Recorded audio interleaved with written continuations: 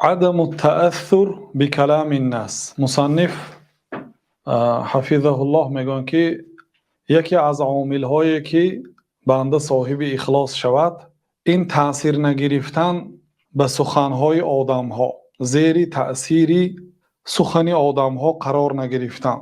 یعنی خواه مردم شما را تنقید کند، خواه تعریف کند، این به عملهای شما باید تأثیر نرساند.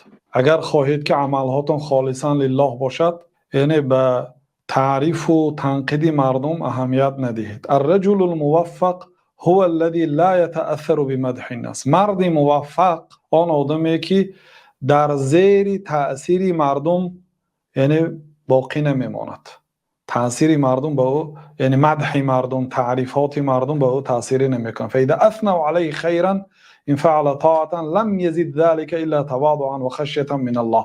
اگر مردم او را تعریف کنند، ستایش کنند، وقتی که طاعت میکند، کار خیر کند و مردم او را تعریف کنند، این فقط خاکساری او را زیاد میکند و گشته ترس الله تعالی را زیاد میکند. چون بعضی از علمای گذشتگان وقتی که مردم به عملهای صالحشان تعریف میکردن میترسیدن که عملی صالح من از دست رفت به سبب تعریف مردم ثنا میگن، تعریف میکنن، ماشاءالله فلان عمل را کردید، فلان عمل را کردید، یعنی میترسیدن که ثواب همون عملم از دست نرود. و ایقن ان مدح الناس له فتنه. آدمی به توفیق انیق میداند که تعریف های مردم برای او فتنه است، یعنی بلا و امتحان است. فدعا ربه ان ینجیه من هذه الفتنه. پس دعا میکنند که پروردگارا منو از این فتنه نگه دار که در زیر تعریف فتنه مردم باز گمراه نشوم.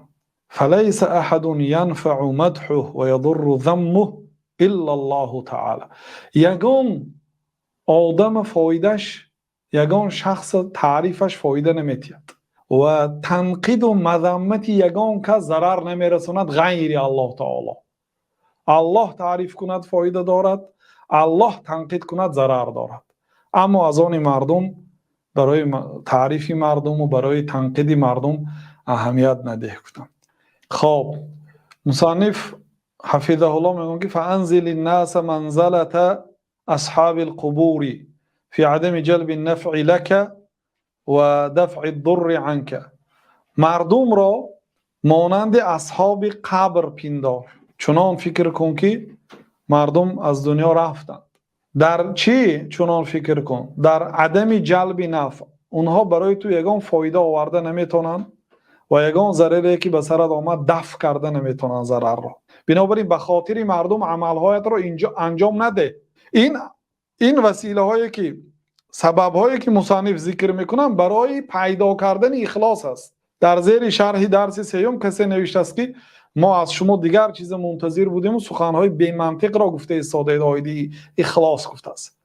این سخنهایی که مصنف در اینجا جمع آوری کردن از بزرگان ملت اسلام، از آنهایی که در علم وعظ موفق شدن، مانند ابوالفرج ابن الجوزی الدمشقی، استاد شیخ سعدی صاحب گلستان، و از ابن حزم ظاهری، از یک آدم‌هایی که عاید علم رقایق کتاب ها نوشتن. رقایق یعنی علمی هست، علم رقایق میگوین قلب مردم را ملایم میکند، مردم را به الله تعالی نزدیک میکند، در بابت تقوی و پرهیزگاری سخن میکنه. این علم فقه نیست، حلال حرام مباح مکروه گفته گپ زند. فهمیدید؟ بنابراین من با سخن ابن الجوزی آوردن این آدم شاید اول درس دوم گوش نکرده است و شاید نفهمیده است مراد مصنف را. یقول ابن الجوزی رحمه الله تعالی، ابن الجوزی ابوالفرج رحمت الله علیه گفتن که ترک النظر الى الخلق و محو الجاه من قلوبهم بالعمل و اخلاص القصد و ستر الحال هو الذي رفع من رفعه. ترک نظر به خلق این عملی تو به مردم معقول شد یا نه به مردم کاردار نشو.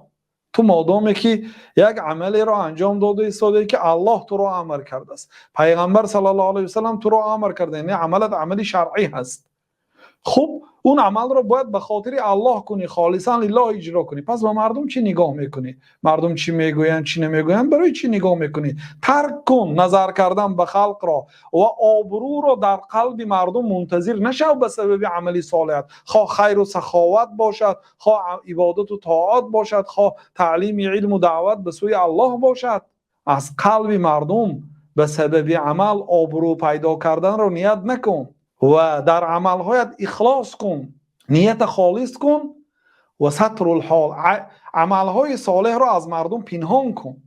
این است عملی که رفع من رفع، بالا برداشت قدر آنهایی که قدرشان بالا شد. یعنی که همین عملها سبب شد که اون آدمهایی که مرتبهشان بلند شد طبق همین گفته ها عمل کرد. گفته